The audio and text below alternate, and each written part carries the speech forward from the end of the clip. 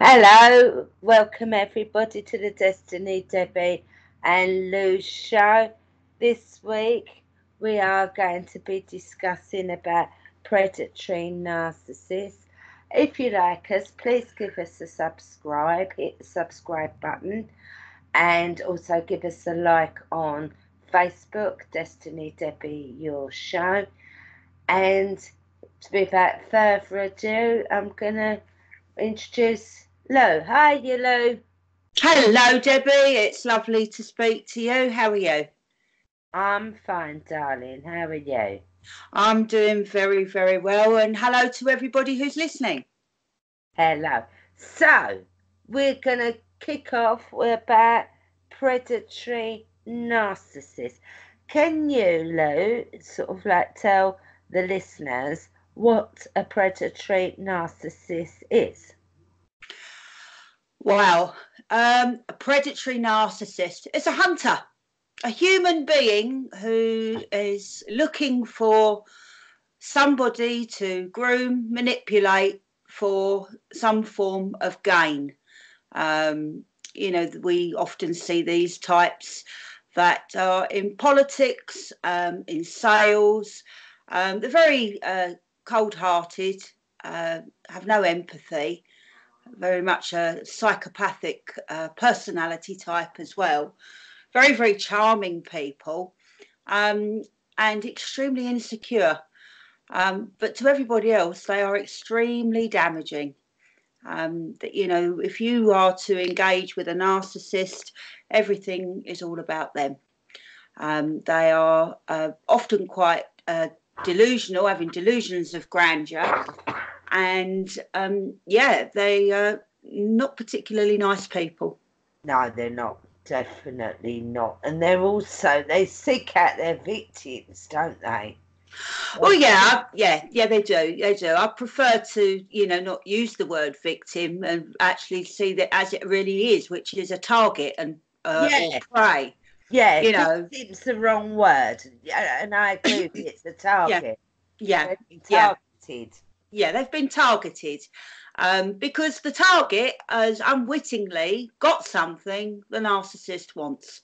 And Um, what's that? What is it Well, to they thrive on emotional energy. You can liken them to a vampire. So that's really what they are looking for is to feed. And they're very, very parasitic in their very nature. And they hunt, and stalk, and they will know so much about you before you even know that they exist. they So, know thy enemy, isn't it? well, Really, yeah, yeah, just like as it says in the Bible, know thy enemy. And with them is they know everything about you, but you will know very little about them. And that's what usually attracts women to that type of personality because they're so interested in what's going on in the woman or the man's life. I'm sorry that message because there are predatory women. It's like, yes, no, I want to talk about you. Don't don't, don't worry about yeah, me. This is about you. And of course, all of us, we all love attention. And if we're of sort of low self-esteem as well and low confidence, we lap it up. yes, we do, yes, we do, and this is it.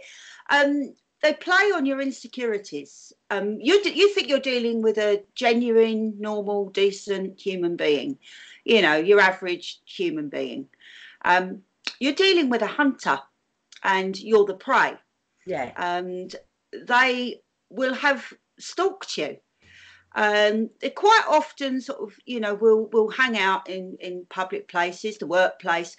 They are great observers. They watch very, very, very intently. Great readers of body language, and they make mental notes about everything about you: your clothing, your demeanour, your body language, your habits, your social circle, your movements as well, and most importantly, your routines. Hmm. Because they use all of this information to make these supposed and perceived chance meetings. Oh, isn't it an amazing coincidence? We just happen to run into each other. You know, that they happen to be into the same place as you are. And they're into absolutely everything that you're into. And you're thinking, this is amazing. I've met somebody, you know, that's into the same things that I'm into, likes what I like. They mould themselves around you. They will appear to be perfect, your absolute perfect match, because what they want to do is to hook you in. Yeah. So the target thinks, oh my God, this person is too good to be true. Well, this is really, they're not that's true. the point. That's the point. It is too good to be true. You know, it seems like it's almost like an identical clone. You know, the yin to your yang. You know, the perfect couple. Your soulmate, your twin flame. Very, this person gets me. Yeah, very much so. But it's an act. Yeah. It is a very, very carefully constructed alter ego, designed like bait to draw you in. And they will keep this up for quite some time, you know, with their behaviour being the perfect lady or the perfect gentleman, and with impeccable behaviour and impeccable manners. And you are beginning to fall very rapidly in love. And this is where it gets dangerous, because you are seeing only the good in them. And because you don't think that there's any bad. They're so clever that you can't see no wrong in them, none whatsoever. Because in your own head, and it's our own thoughts and our own perceptions, this person is a dream come true. Absolutely. Well, you know, and that is how we perceive it in the beginning. You know, halfway through, you start to realise it's rapidly turning into a nightmare. In the beginning, you know, in the whole what we call the grooming process, which is, you know, sort of the creation of the trust bond. You know, the air of trust. They come across as extremely trustworthy. It's okay, you can trust me. I'm very honest. You know, and they will make out that everybody knows them, and you know, they may be very well known because they are masters of very, very shallow connections. They'll have lots and lots and lots and lots of supposed friends. And they're very much into networking, getting along with as many people as possible on a very surface level. So they'll learn a few things about, you know, one person, a few things about another, enough to strike up a conversation to garner an environment and a feeling of trust. You know, I'm a good guy. I'm a nice woman. You know, you can trust me. You know, and that brings people into a state of vulnerability, because there's one thing that human beings like to do, and that's to talk about themselves. Yeah. You know, because that's all we know. Really, exactly. We're only experts on ourselves. Exactly. And in the bonding process, you know, when we're having a conversation and we're caught with the sparkly lights and everything, and we talk about ourselves, we are trying to present ourselves, you know, in an honest light, you know, and trying to find connections, similarities, things that we resonate with. Yeah. You know, the narcissist will do a lot of speaking, but not actually saying anything. No, I think that they're masters of deception. Yeah, there's a lot of jargon. There's a lot of what I call filler speak. You know, there's a lot of sort of like, you know, rather than actually sort of like getting to the meat and the bones of it, it's all very sort of like surface and flowery, you know, and very sort of elusive. But what they actually want you to do is to speak more about you, because the more you speak about you in honesty and authenticity, the more information that they're doing. Because what they are doing at the moment is they're on a recce exercise. They're on a reconnaissance mission. They are on, you are under surveillance, and everything that you say can and will be used against you. And they're making notes of this. In the beginning, in the beginning stages, they are, you know, trying to reel you in. So, you know, it'll be, we'll go off and it will be everything about you. You know, we'll go off to your favourite restaurant, we'll go off to your favourite coffee bar, or we'll go off onto a holiday that, you know, somewhere where you've always wanted to go, you know, and they love playing the knight in shining armour and the hero.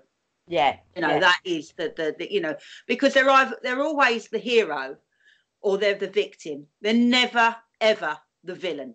Yeah, that's so true. I mean, and as you were saying, you know, about how they want to find out everything about you, the term for that is it's called checkbooking, isn't it? It is. It's, you know, we're gathering in it and putting it in the bank, like when you place a check in a checking account. You know, and this is what they're doing. You know, they're storing up. They're in hunter-gatherer mode. You know, they are gathering information, reeling you in. And of course, by this time, you know, sort of like you are got the, you know, the love hearts in your eyes, and you've got, you know, the all of the association that you have with falling in love, because for all intents and purposes, you have fallen in love, hook, line and sinker, with the person that you believe is real. But they're not a real person. It is a persona. It's not who they are. And they're that comes later. They're also very good. I mean, before you know it, you will be telling them things that you wouldn't tell anybody else. They're very, very good at getting information. I mean, really, they should be spies. They are so good at pumping. They're experts pumpers. And you will tell them things that you wouldn't normally tell people, because you believe that this person's so perfect and that you can trust them. Well, yeah, because a lot of the people, especially sort of what I would call sort of like the professional scammers, you know, they're very, you know, well versed and experienced in with language skills. You know, they've got, you know, a lot of interest in sort of things like neuro-linguistic programming, hypnosis, you know, art of conversation. Some may have training in high pressure sales, which is all about the win-win situation, you know. And it's all about manipulation, making you believe that you need this product or you need this person, and your life's going to be so much more easier and better. Yes, because the salespeople, they are the silver-tongued salesperson, you know, and they're very aggressive, so they will hold you for, you know, a long time, you know, have the art of being able to make time go very, very quickly, you know, and so, you know, you might think that you're sitting there for half an hour and 3 hours have gone by, and it's like, wow, well, did the time go? And you come away from that and you kind of remember what you spoke about, because you are in output mode, but that person will have remembered everything and gone off and thought about, you know, okay, what can I use? Because what they're actually looking for is the chink in your armour. They're looking for your insecurities, because that is what they are going to use to manipulate you. That's what they're going to play on. So in a normal relationship, you know, we would be looking to build somebody up. You know, you'd know what people's insecurities are. You don't play so much on that. You try to play on their positive traits and celebrate their achievements. The narcissist doesn't want to celebrate your achievements. So it will give you backhanded compliments. You know, it will be, yes, that's really wonderful what you did, you know, and then it will be, and this is how you could have done it better. And then it will come out with a story about how what they did, was far superior than what you are, and it overshadows what you've done. And they like another thing they do is, you might say, you know, oh, the shop down the road, you know, and the narcissist will say, no, it's not down the road. You come out of the house, you turn left and you turn right, and there it is. They will change your sentence, say the same thing, to make theirs sound more elaborate than yours. Yeah, they like to correct you. Oh, yeah, definitely. Because everything that you come out with for them is wrong. Because what they you know, and you have to understand what the agenda is. Because when you get into a relationship with a covert narcissist like this, their agenda is to brainwash you. To Right. brainwash you into handing over absolutely everything that you've got, and to get you to do things. I think we're up on our 15 minutes there, Deb. Yeah, I was trying to tell you about breaking in. Right, peeps, let's tune into part 2 where we go more into detail about the predatory narcissist and how they learn to groom you. Right, Yeah. speak to you in part 2, Lou. Thank you.